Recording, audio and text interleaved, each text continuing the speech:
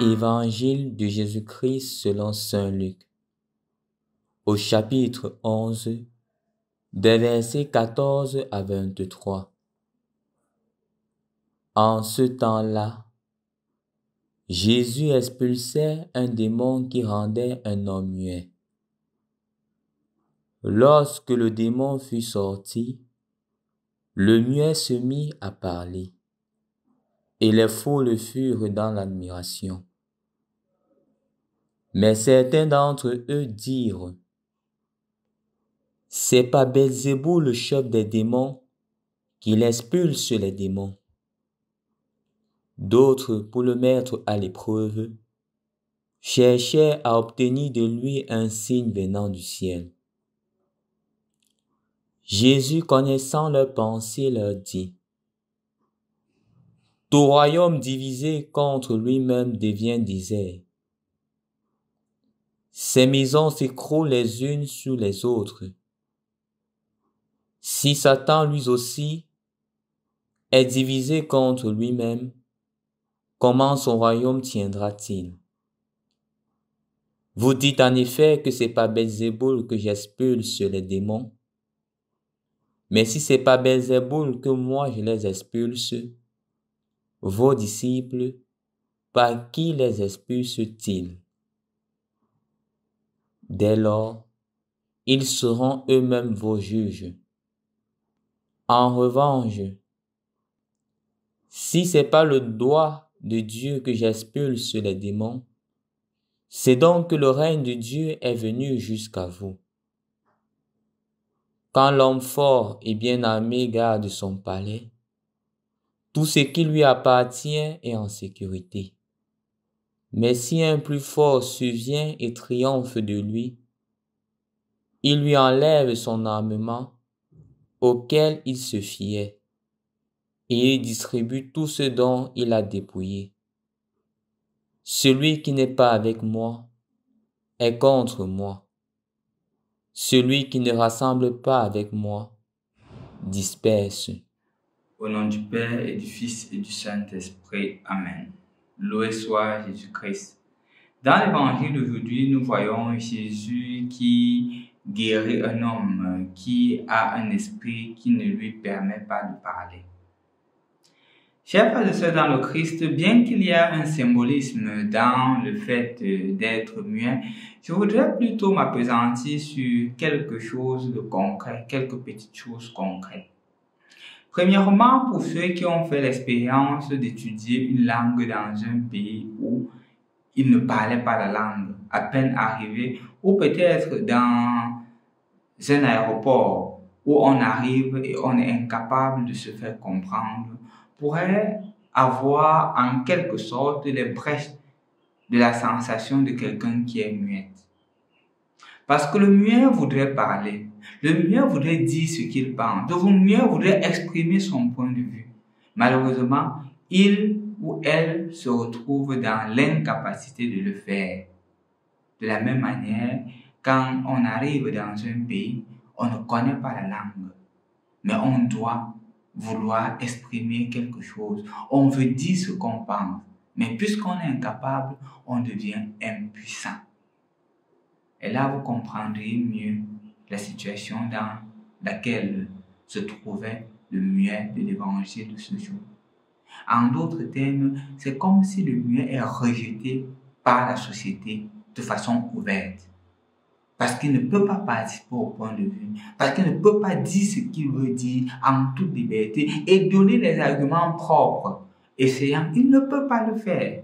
De la même manière que si par exemple on me met moi francophone ou moi anglophone ou moi je ne sais quelle autre langue au milieu par exemple des Russes ou des Thaïs, des Thaïlandais, on me demande d'échanger avec eux et ils sont en train de parler en thaï, je serai comme un muet. Toutes les décisions seront prises sans que je ne puisse rien comprendre et sans que je ne puisse rien dire.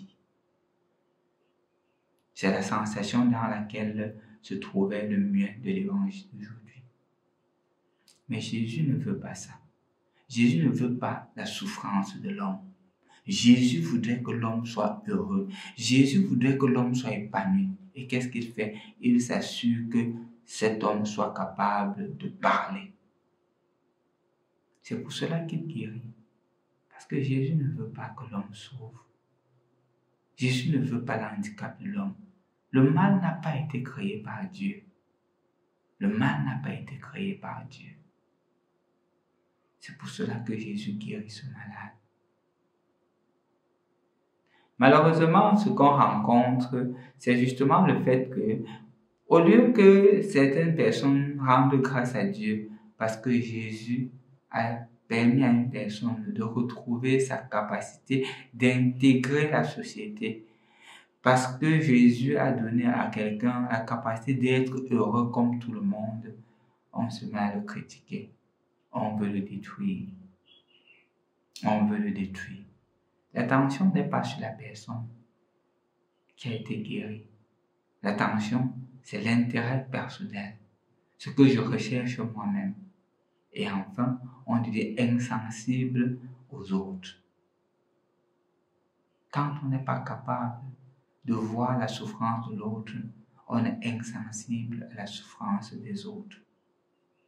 Quand on n'est pas capable de se mettre dans la position de l'autre avant de décider d'agir, on est incapable de comprendre ce que l'autre est en train de traverser. C'est pour cela que dans l'évangile d'aujourd'hui, les pharisiens se mettent à récriminer contre Jésus. Bien souvent, c'est aussi notre cas. Bien souvent, nous nous attachons beaucoup sur les accessoires au lieu de nous attacher à Jésus qui est l'essentiel. Je vous donne 2 exemples simples. Le premier exemple, c'est quelque chose que j'ai personnellement vécu. Une voiture se met à percuter une moto. Et la voiture percutant la moto ne veut pas s'arrêter. Il veut partir. Malheureusement pour lui, il y a l'embouteillage. Donc il ne peut pas aller plus loin. Et les gens courent pour l'arrêter. Et les gens courent pour le menacer.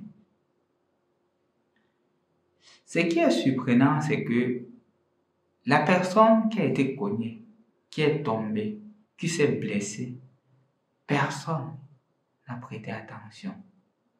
Je n'ai vu personne s'occuper d'elle. Toute attention était d'arrêter le monsieur.